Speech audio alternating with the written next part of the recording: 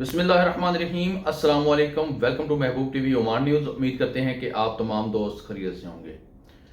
Labour ministry of Oman ने out पास को 31 जुलाई की बजाय अब 31 दिसंबर 2025 को बंद करने का ऐलान कर दिया है। यानी कि आउट पास को मज़ीद 5 माह के लिए बढ़ा दिया गया है। अब इस आउट पास को बढ़ाने की ज़रूरत क्यों पेश आई है, आगे चलकर आपको बताते हैं। और जहां तक हम एक्सेप्ट कर रहे थे, हमें उम्मीद थी कि इंशाल्लाह अगस्त में वीज़े पाकिस्तान के लिए, इंडिया के लिए, बांग्लादेश के लिए, नेपाल, श्रीलंका और इसी तरह अफ़गानिस्तान के लिए जो वर्क वीज़े हैं, लेबर के वीज़े हैं, ये ओपन हो जाएंगे। मगर अब जो सूरत हाल हमें नज़र आ रही है, फिर भी हम पुरुउम्मीद हैं, पॉजिटिव हैं, नेगेटिव हम नहीं सोचेंगे। और हम अल्लाह पाक के घर में यही दुआ करेंगे कि इंशाल्लाह आने वाले चंद दिनों में ये वीज़े जो हैं लेबर के ओपन हो जाएं, ताकि वो हजरात जो बेरोज़गार हैं, अरब में आकर इसके हलाल कमाना चाहते हैं, अल्लाह पाक उनको भी एक मौका फराहम करे और वो एक अच्छे आजर के पास आकर अच्छे से मजदूरी करें, रिज़्क़ हलाल कमाएं। अब मैं आपको बताता हूं कि ये जो आउट पास को आगे बढ़ाने की बात की गई है, मैं स्क्रीनशॉट जहां पर लगा दूंगा टाइम्स ऑफ ओमान का। आप लोग यकीन नहीं करेंगे कि आप लोग कहेंगे कि मैं अपनी तरफ से छोड़ रहा हूं, तो ऐसा बिल्कुल भी नहीं है। बाकायदा तौर पर इसका ऐलान किया गया है लेबर मिनिस्ट्री ऑफ ओमान की तरफ से कि हम आउट पास को 31 जुलाई 2025 को नहीं बंद कर रहे, हम इस ग्रेस पीरियड को आगे बढ़ा रहे हैं। अब ये आउट पास 31 दिसंबर 2025 को बंद होगा। इसके पीछे वजह यह है कि जितने लोग यहाँ पर गैर कानूनी हैं, इलीगल रह रहे हैं, उतने लोगों ने आउट पास रजिस्टर नहीं किया, अपना स्टेटस दुरुस्त नहीं किया, खुद को लीगल ही नहीं किया उन्होंने।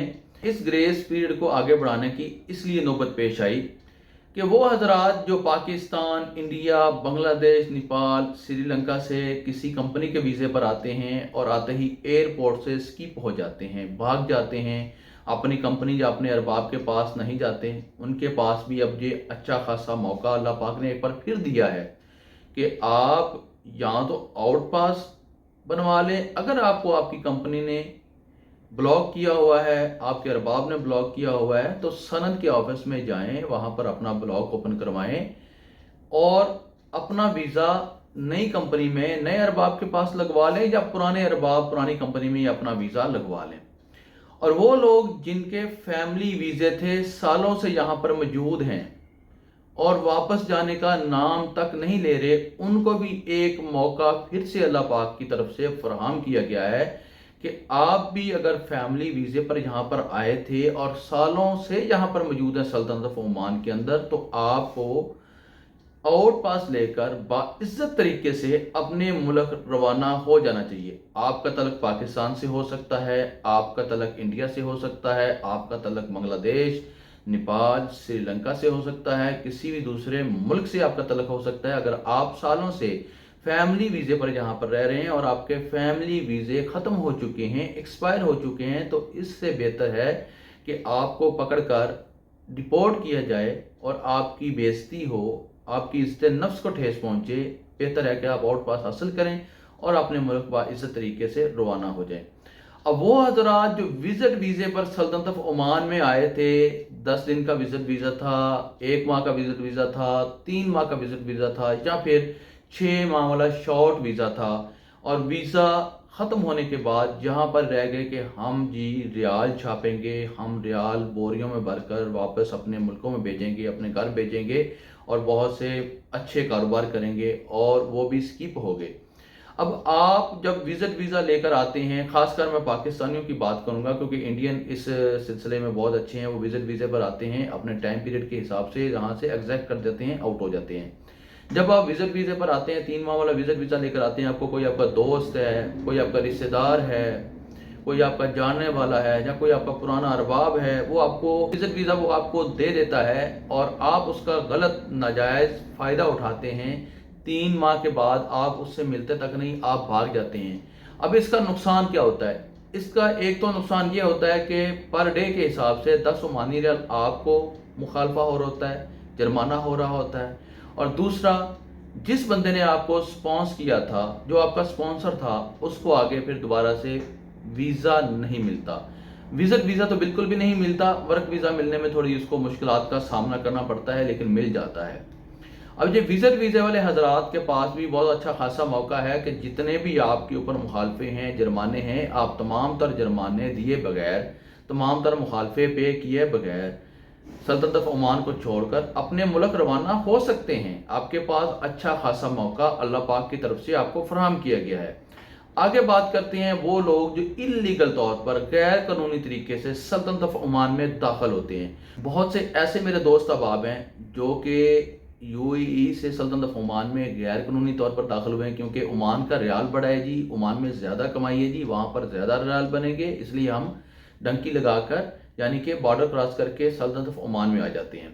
وہ حضرات یعنی کہ غیر قانونی طور پر بارڈر کے راستے سے داخل ہونے والے، اور وہ حضرات جو غیر قانونی طریقے سے سمندر کے راستے سے سلطنت آف عمان میں داخل ہوتے ہیں، ان میں زیادہ تر تعداد کن کی ہے جی؟ ان میں زیادہ تر تعداد ہے جی یمن، افغانستان، اور اسی طرح مصر، اور چوتھے نمبر پر آتا ہے جی پاکستان، اور اکا دکا اس میں ہے جی ایرانی لوگ۔